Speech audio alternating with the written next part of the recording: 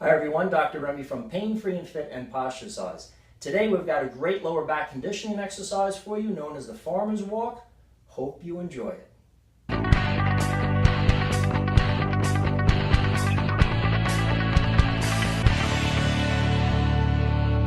So the Farmer's Walk is a great rehabilitative or healing exercise for lower back pain if used correctly. Unfortunately, there's a lot of trainers out there and therapists that are teaching the Farmer's Walk, but not teaching it so that it targets your unique problems. This exercise particularly targets those people that have a tendency to side lean or laterally flex their torsos to one side, or hip hike, raise a hip up on one side more than another.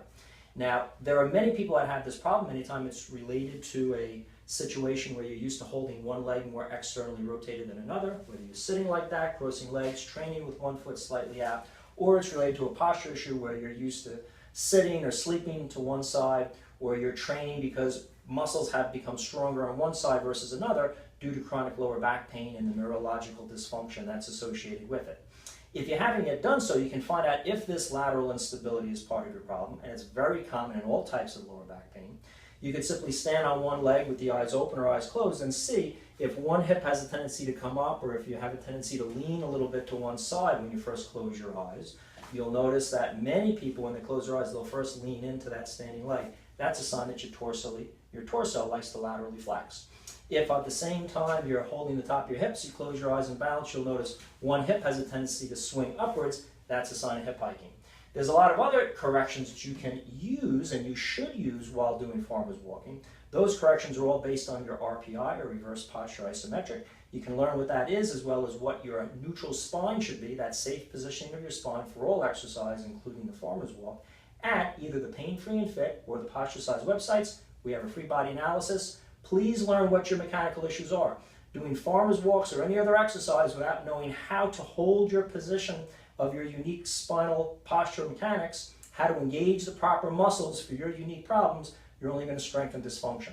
So once we have a neutral spine, meaning it placed in the proper position where it's going to be held away from any damaging effects, once we engage all the proper muscles, we're going to use a weight held in one hand. In this case, I'll use a 45-pound Olympic plate, which has a tendency to lean or drop me to one side. It also has a tendency to hike that hip upwards on that side because the weight is being placed asymmetrically to one side. I can start this exercise by just standing on 2 feet, holding that standing side rib and hip apart, so I'm vertically elongating while I maintain all my RPI, or unique posture and mechanical corrections of my spine. I can advance that to standing on one leg. I can tap on and off for a little balance. Again, the whole purpose of this is maintaining that verticalness, avoiding the hip hiking up or the rib leaning down. And eventually I can put that into my walking pattern where, as my foot makes contact with the floor, I'm driving that hip down and lifting that rib up. So I'm preventing that tendency to laterally flex and hip hike in my walking cycle, which is typical. Many people use farmer's walks with weights in both hands. Unfortunately, this isn't really targeting anything. It's only leading to spinal compression. If you're not using your RPI and your unique spinal corrections, this many times winds up damaging discs. You want to train this symmetrically from side to side, but you want to especially target that side where you have a tendency to hip hike or lean more towards. That's the side you want to spend a little more time training. So again, when you're first starting, use a lighter weight. You don't have to use a 45-pound plate. Start with a 10-pound dumbbell, anything around the house, a jug of milk if you want. Remember, these are endurance muscles, so we want to train them more for high repetitions and endurance times, length of time, either standing or a number of steps taken, rather than using really heavy weight and only being able to hold it, let's say, for 5 or 10 seconds.